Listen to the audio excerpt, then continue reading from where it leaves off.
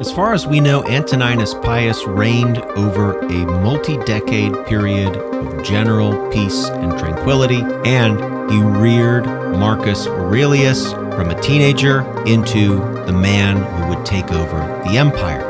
But as we talked about last time, there was another man, Lucius Verus, also promised to be an emperor. The Roman Senate went with Marcus Aurelius. But was it possible to just ignore Lucius Verus? To say the situation was awkward would be an understatement. Adding to this unconventional transfer of power was the fact that Rome's old nemesis, Parthia, was making noise in Armenia, a territory that was often disputed between Rome and the Parthians. As we'll see in this episode, an all-out war between Rome and Parthia would follow. But first, Rome had to sort out who was going to lead the empire. We'll start there on this episode of the Pax Romana podcast.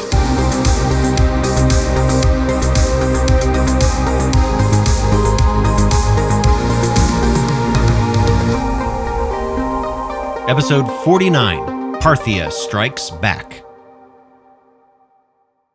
Hi there, just a short programming note. Next week I will be traveling and won't be able to put out an episode, but I encourage you to check out my talk at the York Festival of Ideas. It's available on YouTube. It talks about the Antonine Plague, which is what we will talk about when the podcast resumes. All right, on to the episode.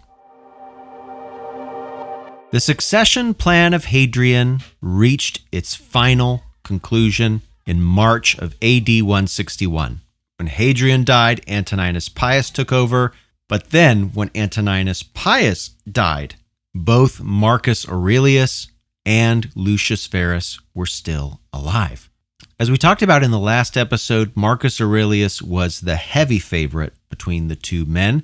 Lucius Verus had served as consul twice, but was unmarried, was young, and just simply lacked the preparation that Marcus had enjoyed. Marcus had not only served as consul twice, he had imperium, he had the right to command Rome's legions, he had the title Caesar, and he had the hand of Antoninus Pius's daughter, with whom he had produced several children.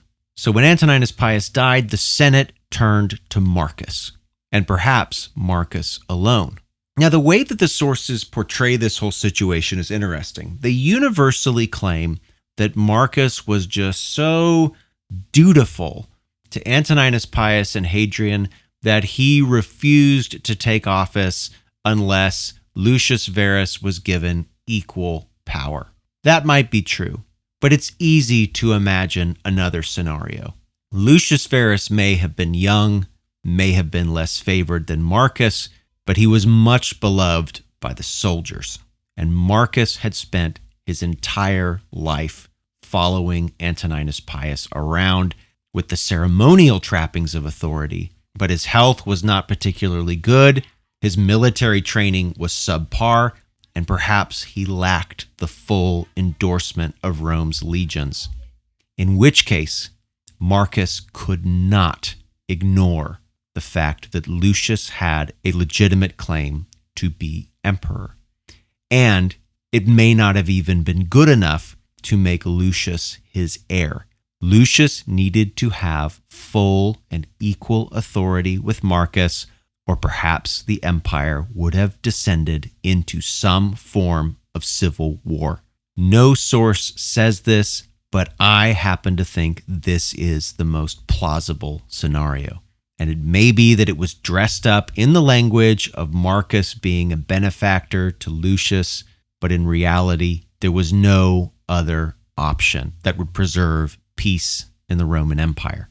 And so both men took office in March of AD 161. Despite the fact that the two emperors were nominally equal, I imagine that everybody recognized that Marcus was clearly the senior and Lucius was clearly the junior emperor. Marcus was Lucius Verus's patron. He had greater authority. He had been groomed for office. He was Pontifex Maximus, by the way, and Lucius Verus wasn't. Marcus was married with kids. And the very same year that the two emperors take over, Marcus's wife Faustina bore him 2 twin sons. Now, one of them would not survive. The other, Commodus, would. There are coins produced at this time showing Faustina surrounded by children with an inscription that we might essentially translate as the blessings of the times, or the great times are here, something like that. The Roman Senate also was very happy during this time, at least according to some sources. We're told that Marcus deferred to the Senate often, gave them jurisdiction over themselves, kept senators close by him, took their counsel seriously, listened to them. And even when senators behaved corruptly or badly, Marcus moved the trials into a private rather than public setting so that the dignity of the Senate could be protected. Meanwhile, in the east of the empire, the Parthian king Vulgaces decided to invade Rome's client state of Armenia almost immediately after the two men took office. He probably thought that there either was a civil war or was about to be a civil war, and this would be his opportunity to take a territory in Armenia that had historically been Parthia's and only recently had gone into the hands of the Romans. He wanted it back. And besides, there was only a single Roman legion nearby in Cappadocia. This is a province in Central Asia Minor. The governor of that province decided to act on his own initiative, taking his legion into Armenia, but this turned out to be a foolish move. He was surrounded, his legion was destroyed, and the governor ended up committing suicide. The campaign lasted less than a week and ended in an ignominious defeat for Rome. And so Lucius Verus went off to the eastern half of the Roman Empire, setting up his base in Antioch. Now, for at least the first few years, that was really the extent of Lucius's involvement. Here's what one ancient source claims about Lucius Verus in Antioch. Quote, his reputation was besmirched not only by the license of an unbridled life, but also by adulteries and by love affairs with young men. He used to dice the whole night through.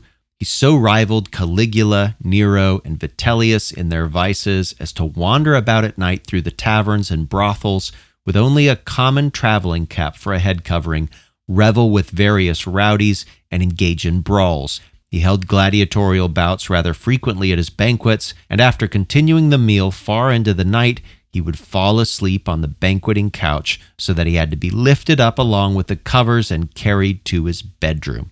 That's the Augustan history's life of Lucius Verus.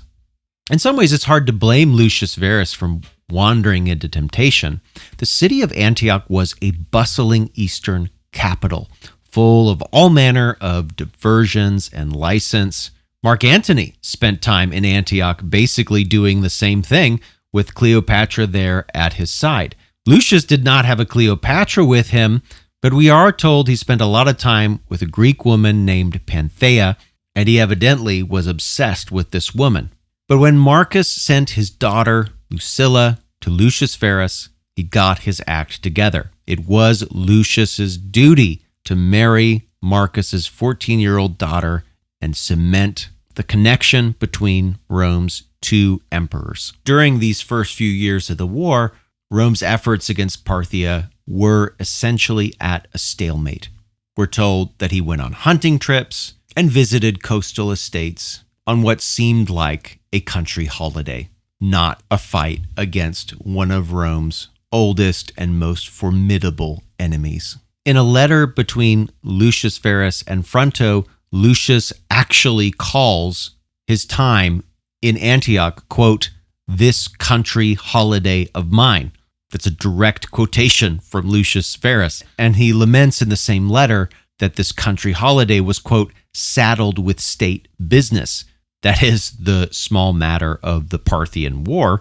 In the year 163, Roman soldiers successfully recaptured Armenia, and Lucius Verus, despite the fact that he never attended a single battle, was given the name of a conqueror, Armeniacus, conqueror of Armenia.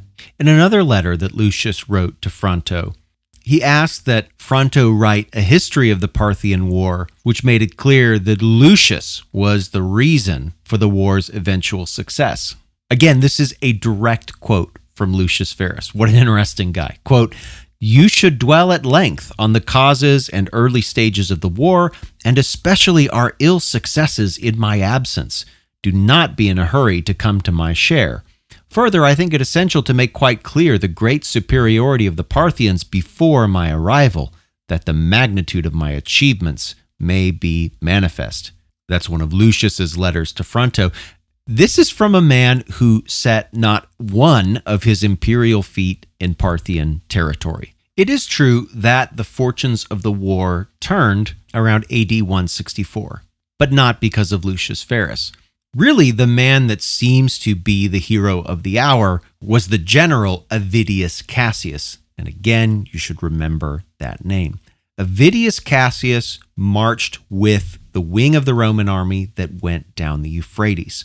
And during the summer of AD 165, he utterly destroyed Parthian resistance along that river, making it all the way down to the twin cities of Seleucia and Ctesiphon. These were major cities. Seleucia had something like 300,000 people. It was an amazingly cosmopolitan and wealthy city, administered by Greeks with a large Greek population. Seleucia wanted no quarrel with the Romans, and so they opened their gates to the Roman army, but Avidius Cassius either was unable to control his troops or he just commanded them to do what followed, and that was a complete sacking of the city. Avidius Cassius's army would winter in the area and then early the next year march down into Mesopotamia and take the rest of that territory. And Rome would claim victory. And they were right to. The Parthians did not recover from this war. That dynasty ends up going out of power. A new one would take over a few decades later. What this war did, supposedly, was further open up the land and sea routes in the Indian Ocean and the Silk Roads, connecting the Roman Empire with Persia, the Kushan Empire in Central Asia, and even the Han Chinese Empire. We know that people from the Mediterranean and people from China had contact during this period, not from Roman records, but from Chinese ones. The Chronicle of the Han Empire, the Hu Han Shu, records the scene in the court of the emperor when several men claiming to be ambassadors from Rome entered the court of the emperor. Quote, "The king of the Roman Empire always wanted to send envoys to the Han, but Parthia, wishing to control the trade in multicolored Chinese silks, blocked the route to prevent the Romans going through to China. In the 9th year, during the reign of Emperor Huan, the king of the Roman Empire, Andun," this is, by the way, a name for Marcus Aurelius, "sent envoys from beyond the frontiers through Renan," that's a name for the central eastern Vietnamese coast, "to offer elephant tusks, rhinoceros horn, and turtle shell. This was the very first time there was direct communication between the two countries. The tribute brought was neither precious nor rare, raising suspicions that the account of the envoys might be exaggerated." Now that is the Hu Han Shu. What almost certainly happened is that some merchants from Egypt got blown off course, past Vietnam, or got lost, and found their way into the court of the emperor. They feared for their lives, and so they made up a story that they were envoys from the emperor. And that explains why they had goods from what appeared to be the East African coast. But the point isn't whether their story is true or not. The point is the connectivity of Eurasia at this time was very high. And of course, such robust connections between people over vast distances are likely to bring disease. And indeed, Avidius Cassius's soldiers that marched down the Euphrates supposedly encountered a pestilence there. And though the Romans defeated their age-old adversary, what seems to have overshadowed that victory is the pandemic that followed, the Antonine Plague. a disease outbreak that would last over a decade. And as we'll see in the next episode, this disease was a crucial ingredient in the tumult that began the death throes of the Pax Romana. Thanks for listening to the Pax Romana podcast. For more information, including a list of primary sources and further reading, check the show notes. Music by Red Productions and Exocor. Follow Professor Colin Elliott on X at ProfCPE or email colin@paxromanapodcast.com. Listen to more episodes on Spotify, Apple Podcasts, or just about anywhere podcasts are available. Stay tuned for the next episode of the Pax Romana podcast.